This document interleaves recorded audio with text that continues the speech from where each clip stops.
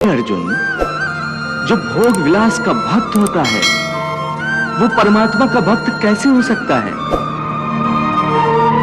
ऐसे मनुष्य जो बाहर से भक्ति का प्रदर्शन करते हैं परंतु मन से विषयों के चिंतन और उनकी आसक्ति में लीन रहते हैं, वो भक्ति का केवल ढोंग करते हैं।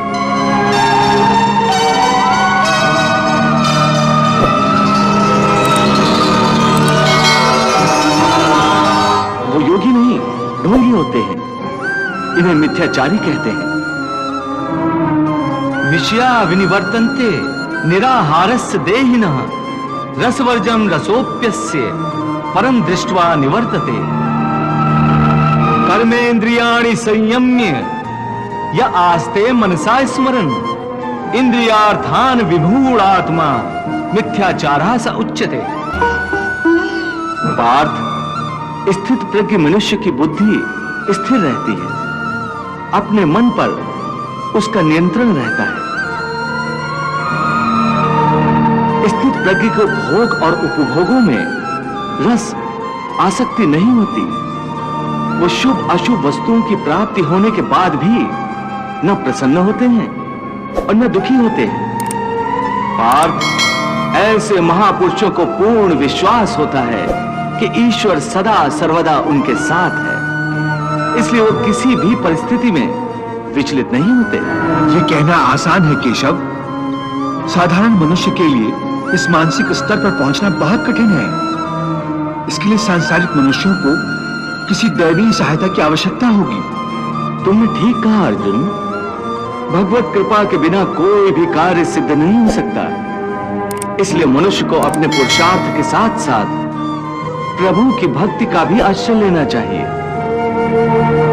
हे अर्जुन, परमात्मा की भक्ति करने से मन सात्विक हो जाता है और विषयासक्ति पूर्णतः समाप्त हो जाती है। और यदि आसक्ति का नाश नहीं हुआ तो?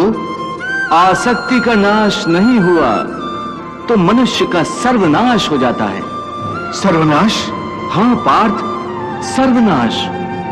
हे अर्जुन, आसक्ति के मारे हर मनुष्य किसी भी विषय के आकर्षण और मोह में फंसकर सोते जागते निरंतर उसी का चिंतन करते रहते हैं। जैसे कोई मनुष्य किसी सुंदर स्त्री के प्रेम में पड़ जाता है, जो जागते हुए उसी की कल्पना और सोते में उसी के सपने देखता है। इस प्रकार निरंतर चिंतन से आसक्ति की नींव पर काम की भावना उभरने लगती है।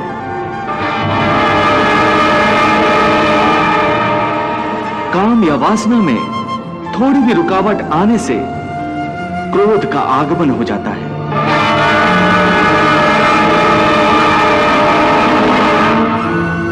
जहां क्रोध है वहां सम्मोह अथवा अविचार अथवा अविवेक भी है।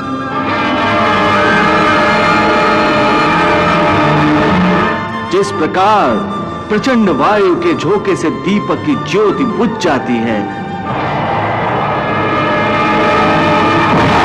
उसी प्रकार काम जनित अविवेक की आंधी से मनुष्य की स्मृति नष्ट हो जाती है।